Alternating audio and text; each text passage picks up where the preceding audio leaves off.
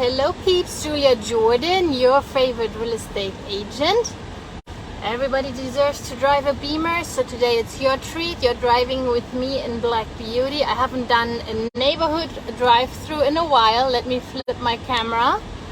Today we're in beautiful Tomball. Here to the right you see the largest magnolia tree I've seen in a while. Can you see it? Giant. So pretty. Yeah, just these old trees here are so beautiful. This is at my new listing in the area of Camille. Look at these trees here. Isn't that cute? This is like as Tomball, I feel like, as it can get. Like old country living. And you will be surprised what kind of little mountains we have here. Okay, let's say hills. It's not really mountains, but I wanted to show you. I door knocked today. I printed out 100 invitations for the neighbors, inviting them to the neighbors special open house tomorrow. This one is the little cul-de-sac where the listing is. It goes downhill and it goes even more down towards 249. So there are no neighbors to the back and to the right side and to the left side. It is very private because of the little retaining wall that there is. We are built on a little hill or mountain, how I would say. It's probably not considered a mountain quite yet. But for Houston area, it's so flat here. You remember? There she is, the little hidden beauty. Isn't she cute? So we have open house tomorrow on Thursday. Then we have open house on Friday. Then we have open house on Saturday, and guess what we're doing on Sunday? You're right, we're doing an open house. So you see only neighbors to the left, but how the house is put, you have total privacy in there. And you have almost no neighbor. Is that not what everybody wants? And you have that in the heart of Tomball. So now I show you a creep house. There are actually really funny people living here. You can, first of all, I like when everybody has up their American flag, and I bet you they don't have that up just because it's Flag Day.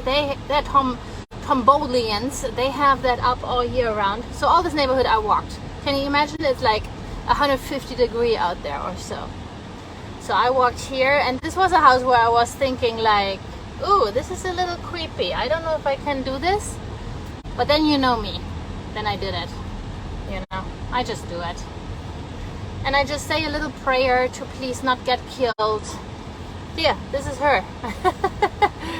And guess who went door knocking? I'm like, well, maybe I will survive this, maybe not, who knows. I did, you know. I look a little bit dangerous with my USA hat and my white shorts. People are like, man, what is she up to? Let me flip my camera again. You have seen what's going on here a little bit. And I wanted to share something with you, a little bit about the story of this listing. Friends got us together. You know, the majority of my business comes from referrals. So these people that I didn't know, super sweet people, they were stuck with an agent who just threw the listing on the MLS, totally overpriced. And then what happens is the listing dies a slow death on the MLS because the agent is so hungry to get the listing. Instead of being honest, let me pull over here under the shade of this tree. The agent is so hungry for the listing, they do not dare to be honest enough with the client to say it will not sell for 50 over every comparable sale. Every seller loves their house very much. That's in the nature of the thing. But we need to be honest with them if other houses are better for whatever reason.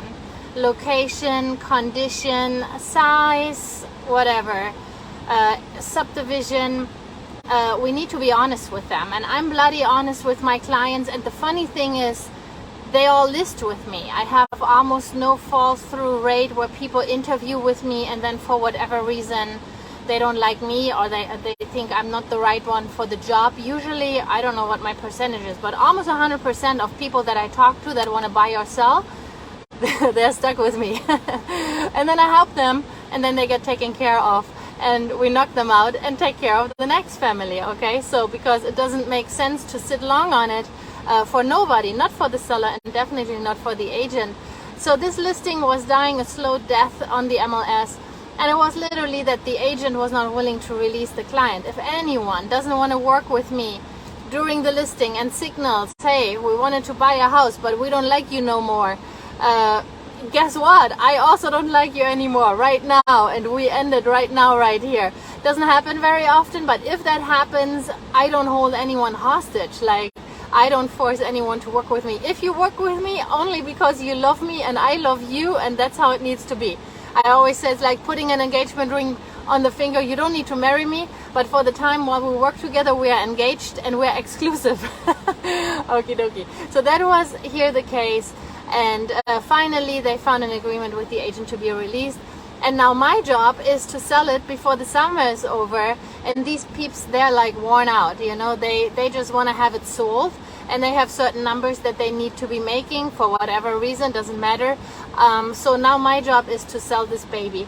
And I could also just throw it on the MLS, take professional pictures and pray for the best. But what I did is I went door knocking. First of all, I opened the door. And when you open the door and the door lock is iffy, and in this case it didn't open properly for me, and it didn't lock. I walked the house first time and I couldn't lock it up. So what I told them is, hey, you guys, you need a locksmith like tonight, because your listing goes active tomorrow and we are starting showings on Thursday. We need a locksmith. And they're like, oh, $100, really? Is this necessary? You just pull it out a millimeter and then it always works. I'm like, look, I was at your door 10 minutes, no other agent will show and do that. So they were very uncomplicated, got someone out, got the lock exchanged, everything is working now. Maybe that is literally the reason why the house didn't sell for 5 months, you know, because when the agent simply cannot open the door, I mean, guess what? They don't stand there 15 minutes and pull it out a millimeter and then try again. No, they simply skip and usually don't even write a review or a feedback stating, hey, there's something wrong with your door, listing agent, you know, or like in my other listing, someone turned the AC off and my listing was at 90 degrees. So you only find out when you go there yourself and try to open it and walk the property as if you would be a showing agent. Yeah, and then of course overpricing listings does not help the seller at all. A frank conversation helps more. You cannot underprice a home, but you can definitely overprice a house. If you by accident, you're a little bit silly, you're stupid, you underprice a home, guess what? The market will tell you you're underpriced, because everybody and their mother wants to see your house. They all think it's a steal. They all think if they're just fast enough you will take it off the market. No, if that would happen, guess what? People run into your door and you have a multiple offer situation, sometimes even before showing start, just by being on the MLS. So you can basically, you create a bidding war, the numbers go up, house sells for top dollar, sometimes even more, as if you would price it just on the comps. But if you overprice a property, guess what happens? You create yourself crickets, your house will die a slow death on the MLS. And I do not list homes to have dead bodies in my MLS.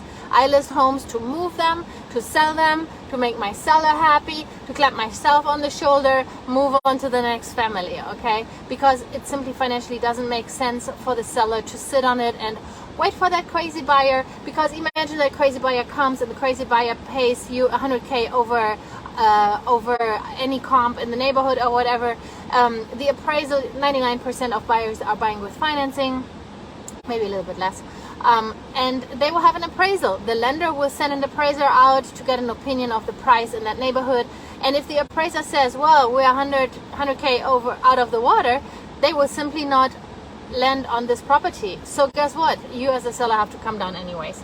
So listen to your real estate agent, love your real estate agent, and let your real estate agent love you back.